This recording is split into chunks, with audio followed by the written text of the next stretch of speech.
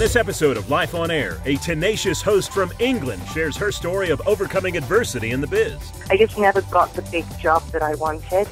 So last summer I was kind of like, well, you know what? I'm just going to go out there and make my own show and highlight myself the best way I know how to. Plus, she'll explain the difference between hosting your own show and completely producing and hosting the whole thing. As a host, I was always just concerned with what I'm delivering in front of camera. When you're creating your own show, you have to think about the different angles. You have to think about the guests. The lovely Lucy-Jade Norris, next on Life on Air. Hey everybody, welcome to Life on Air. Tim Tialdo here with you, and thanks for tuning in to the podcast for the TV hosting industry, where I connect you with the experts and help you to get all the info you need to become the best TV host you can be.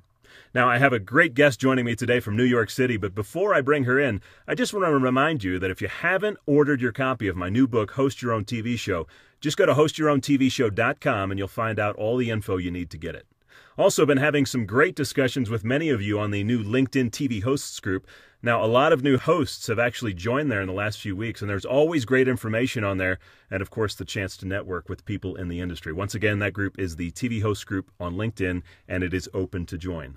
And lastly, while I've never claimed to be great at the whole techie thing, I was finally able to get this podcast into the iTunes store and up on a website called Stitcher. That way you can either listen to it or watch it pretty much anywhere you go, anytime. So if you're listening to this on my webpage right now, just click the links below and subscribe on either one of those sites, and you'll get it automatically.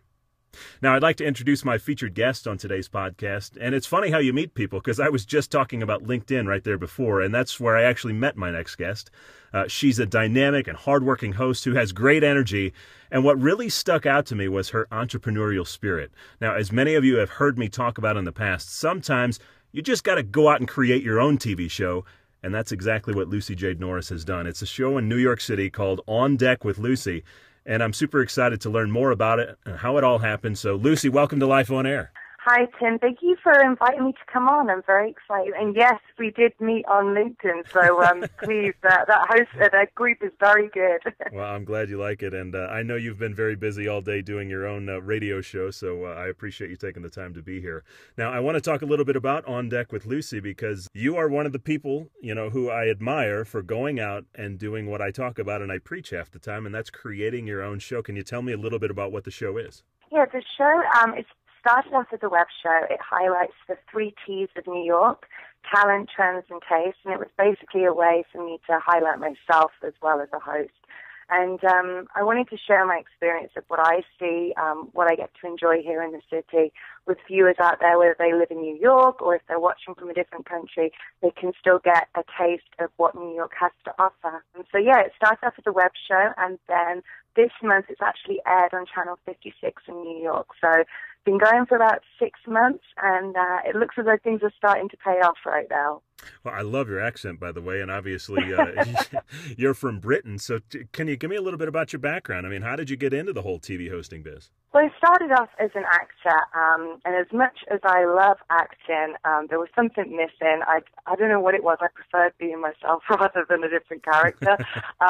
So I ended up going for an audition for a TV hosting job back in London on cable. I got it. It was live. It was very long hours, but I learned a lot from that job. And then through, I think it was another 2 years, I was traveling back and forwards in America for modeling, and then ended up getting a scholarship at film school. So hence why I ended up in America, and then kind of fell back into the hosting world again. It was something that I just had this amazing passion for. I love speaking to other people, and I love being in front of the camera, but like I said, just being able to be me rather than all the pressures of being as someone else. So fell back into it, doing more of the corporate hosting, and then eventually started to get the entertainment segments, but kind of got put in, I think you've probably spoken about it before, sometimes in hosting you can kind of get in a bit of a stale position because you want to go to the next step, but those jobs aren't always available, and I kept getting to the last 3 for a big network, or I just never got the big job that I wanted. So last summer I was kind of like, well, you know what? I'm just going to go out there and make my own show and highlight myself the best way I know how to. So that's kind of how I came back into the hosting. After many years of playing around the industry with different roles, I finally ended up where I want to be. You talk about the 3 T's, and that's really a great way to brand yourself, kind of grouping it into threes. Where did you come up with the idea? I think it was a lot of just talking to people about it. I think my friends have got sick of hearing me about wanting to host my own show, and they asked me what was important to me, and I said, well, this experience here in New York, it could be taken away at any moment. I'm here on an artist visa, so I'm constantly having to, reapply for my visa to stay here as an artist. So I really do pride myself on my work here and making sure every moment lasts. So it was a case of me actually wanting to journal my experience here in New York, and then I was trying to explain what New York means to me, and I basically summed it up. I wanted to interview talent, like actors or artists. I wanted to speak about fashion, which would go into trends, and then I love food, so I had to incorporate the taste as well, and that's basically how we came up with the 3 T's. So the branding, very interesting, and the marketing, but let's get down to the details, because this is the part that a lot of people, they're like, well, I don't know if I could create my own TV show. I don't know what goes into it. So just talk about some of the things that you had to figure out, to learn, to create in order to be able to do that.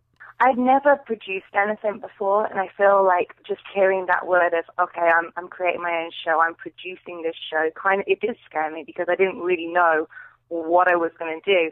And then I kept putting it off. I had this idea. I kept putting it off saying, well, you know what? I don't know how to do, I don't have to work the camera. I don't have anyone to organize this for me. I am the host. And then it got to a point where, I think it was last summer, I sent an email to the organizer for HBO Latino Film Festival, just saying, I'd like to cover your event for my hosting, and I had to use a show to get a credential. I had no existing show. I had nothing prepared to show them. So it was a case of really trying to sell my vision to them. They gave me a press pass, and suddenly I had to find a cameraman. So I got the cameraman, and it is about, you do have to invest, because I think a lot of the time, everyone will do things to help out friends, but sometimes you actually need to use your own money and invest in certain ways to get a good quality product. So I found the cameraman, I found the editor, all 3 different networks that we have for hosting, for filmmaking, created this team of basically 3 people so that we could create the first few episodes to at least get people on board. But a lot of it was trial and error, and we did the first episode last summer. We didn't release that until September. And then I looked back at the first episode and I cringed. I was like, I was awful on the red carpet. It was horrible. But I learned so much. Every episode I look back at it and I'm like, well, I learned this. So now I'm creating the second season, and I definitely feel I'm in a better place knowing what to do and what not to do. Well, the one thing that you did that I have absolute respect for, and everybody listening, she took the step. She did it, even though it was scary. You went out and did it, and I'm very proud of you, for one. But two, I want to talk a little bit about how you've kind of excelled past there, because then you had to start figuring out, well, how do I get not only guests, but people to watch and listen to what I'm doing? And that's where I found you on LinkedIn. You were out and you were kind of scouting, basically, for people to have on the show, for producers, for anybody. How difficult has that process been? I hated it, Tim. I hate networking. It's the worst thing, and I'll say that to anyone listening. I detest having to go to events. I don't know what it is. We all have egos, and I think that I never like to ask anyone for anything, and I don't want to pester anyone or annoy anyone. And I guess we're all scared of no's. But once you get like the first 10 no's, then it just gets easier, and you kind of expect the no, so you just keep going. And then eventually people start to say yes. So the networking was definitely very frightening for me, but if you don't network, if you don't put yourself out there, no one's ever going to see you. So you'll just have this idea, and it'll never become anything but an idea. So I think that, you have to get, I guess you kind of have to get over yourself and just put yourself out there and start learning from other people as well. Like, you're an inspiration to me from what you've done, and I've definitely listened to podcasts before, and I've learned from your, the shows where you have these guests on. So whoever you meet, you're going to learn something from. So whether they end up working with you, great. If not, you take whatever you learned from them and go on to the next thing. Well, I appreciate the kind words. Thank you very much. And as you said, you've got some shows under your belt. You're moving into a second season. How rewarding has it been to be at the point you're at? Sometimes I have to take a moment and just be like, okay, I have accomplished this, because I think everyone as artists, we always want more. We're always dreaming of the next step. So I keep looking at it and I'm like, oh, I haven't achieved this yet. I haven't achieved that. But I speak to my mom, who's, I guess, everyone's mom's their biggest fan, right? And she's always like, well, the journey is part of the experience. This is what you need to enjoy right now. So it's definitely been rewarding. I've loved the fact that I've been able to meet so many amazing people. But yeah, definitely moving and trying to get to the next level now. Somehow moms always have the best advice, don't they? I know, right? I'm going to try and get her on the show as well. Now, I heard you talk about something earlier that I find really interesting and dynamic at the same time. You went from acting to hosting, and I know there's a lot of people out there, they've thought about doing that, but they're not sure how that transition's going to go. So what was it like for you to go from kind of memorizing a script and acting it out to more of a ad-lib being yourself? I think my experience back in London, my first hosting job, it was for Fame TV, and it was completely live. You had to encourage people to send messages in. There was kind of like a production element to it where we would have to create our own segments on a daily basis, and it was long hours as well. I learned a lot from that. That it was a good basis. But then going back into the acting and coming back into hosting, I think hosting is definitely a talent, and there is an art to it. I know I've been to hosting workshops since I've been here in New York, because you have to, what I'm learning is you have to truly know who you are and be able to give that personality over to the camera instead of acting the introduction, or you have to make it your own. So it's definitely been hard, but I think if you're able to do it, it's definitely fun and rewarding, but there's a skill involved to it, I would say. Now, I've had a chance to catch a couple of your episodes, and you've done a nice job. You got a nice, fun little flashy intro there with some good music.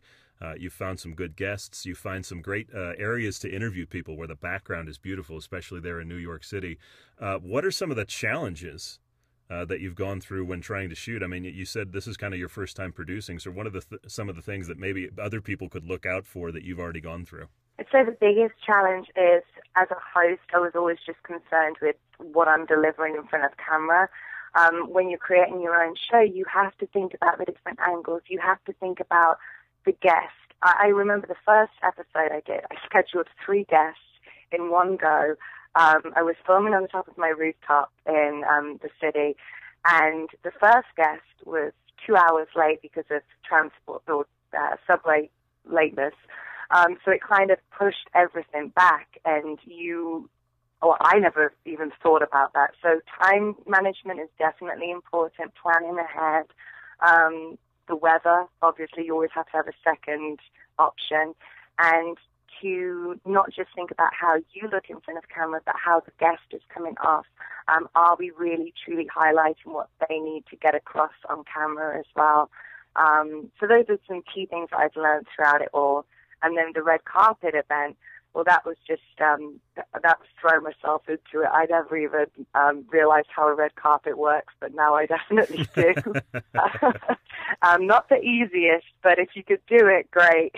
Agreed. And I think as hosts, sometimes we want to be on that red carpet, but we don't realize the amount of pressure that can go along with being on a red carpet, and how fast you have to be and how on cue you have to be. Did you find that to be the case? Yes, because they put me at the very end of the line, because obviously I was a nobody. They were like, well, who are you? So I was at the end. But it worked in my favor because the flag on my mic, the organizer thought it had said E for E Entertainment.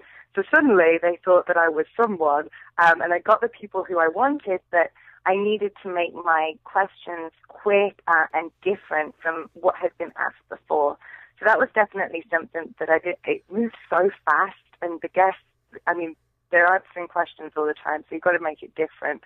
But I remember asking the one guest, his name's Lemon Anderson, he's a poet, and it was filming. They were previewing his documentary, and I remember asking him, "So, lemon, what makes the best lemonade?" And I just asked it because I wanted something different, but his face was like, "Who are you and what are you asking me right now?" He looks frightened in the episode, but at least I got him on camera, which was good. Well, you've done a great job, and bravo to you for going out and doing all the work that you've done. And I know there's much more ahead, so tell people how they can find your show. And they can go to www.ondeckwithlucy.com, so you can see all the episodes on there. You can also follow us on Twitter, which is On Deck with Lucy, Facebook page, obviously On Deck with Lucy, and we're also on Pinterest and Instagram. So you can get all of the up-to-date information. And then we also collaborate with a magazine called Millennium Magazine. So it's basically a web series that gets backstage to all of their celebrities that they have on the magazine. And we ask them what their favorite 3 teas are. So that's called Fusion. So that's another way of watching what we do here in New York. Well, very cool. Lucy-Jade Norris, thank you so much for taking the time today. I know it's about time for dinner for you, so I'll let you go and get something to eat, okay? Thank you so much, Tim. Pleasure talking to you. That was Lucy-Jade Norris, and by the way, she has a personal site. It's LucyJadeNorris.com. And folks, take a lesson from her and go out and create your own show. I mean, the amount of experience and knowledge that you'll gain, not only from creating, but from producing and marketing and branding, those are skills that you're going to take with you throughout your entire career. So I encourage you, go out and do what Lucy's doing. That is the podcast for today. Join me next week when I welcome former Miss USA and co-host of Lingo, Shandy Finnessy, to the show. She's always a joy to hear from, and no doubt she will be entertaining. And as I always say, folks, the only way to predict your future is to go out and create it. Now go do it. We'll see you next week.